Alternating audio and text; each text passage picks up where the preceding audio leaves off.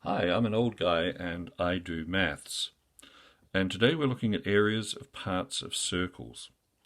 And the first thing to note, of course, that the formula for finding the area of a circle is pi times the radius squared. And here we have part of a circle. The radius of the circle is 10. I've just labeled the other radius as r so that we know exactly what we're talking about. And there's a little bit of talking to get to the point where we can actually work this out. What we know is that we've got part of a circle here, and that this angle in here is 40 degrees. Now, that's kind of important, because what it allows us to do is to figure out what this angle is, and we need this angle if we're going to make this work. But before we get to that, I just want to talk about the general process of finding the area of part of a circle. And as you can see, I've drawn, very roughly, I've drawn a diameter down here in pencil. And if we were looking at this part of the circle, half a circle, what we would do to find its area is we'd work out the area as if it were a whole circle, and we'd divide it by 2 or multiply it by a half. If we were looking for the area of quarter of this circle, we would work out the area of the circle as if it were a whole circle, and we would divide it by 4 or multiply it by a quarter. And that should give you a little clue as to what we're going to do here. So here we have not a half, not a quarter, but we have 320 degrees out of 360. 320 out of 360. We've got some sort of a fraction of a circle here. And we can simplify this fraction. So first of all, we can just make it 32 over 36, which is a little less daunting. We can chop off the zeros. We can make that 16 over 18, just divide by 2. And if we divide by 2 again, what we get is we get 8 over 9. And that's the fraction we're going to work with. So what we have here is 8/9 of a circle. Not 1/2, not 1/4, 8/9.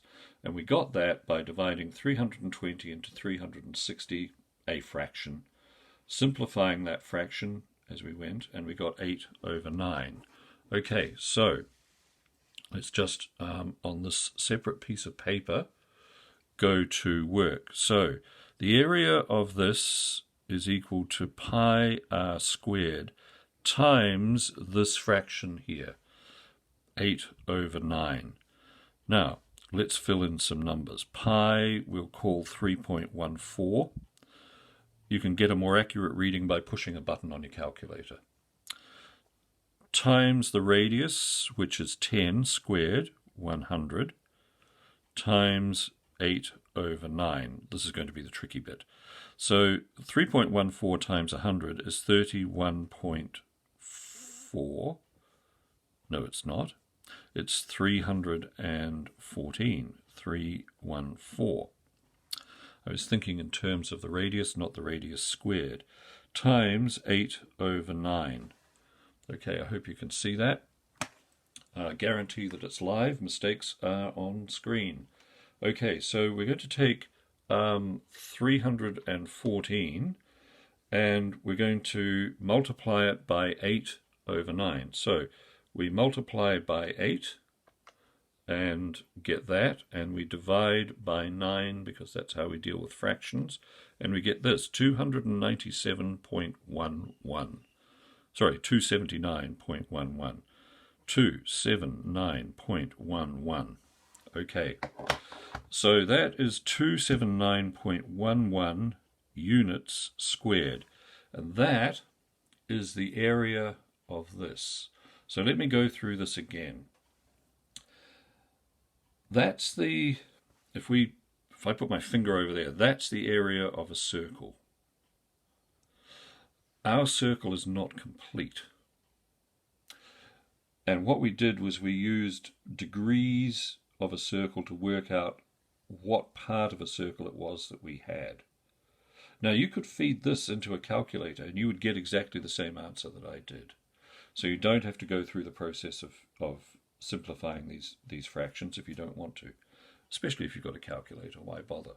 But for the sake of completeness, I did that.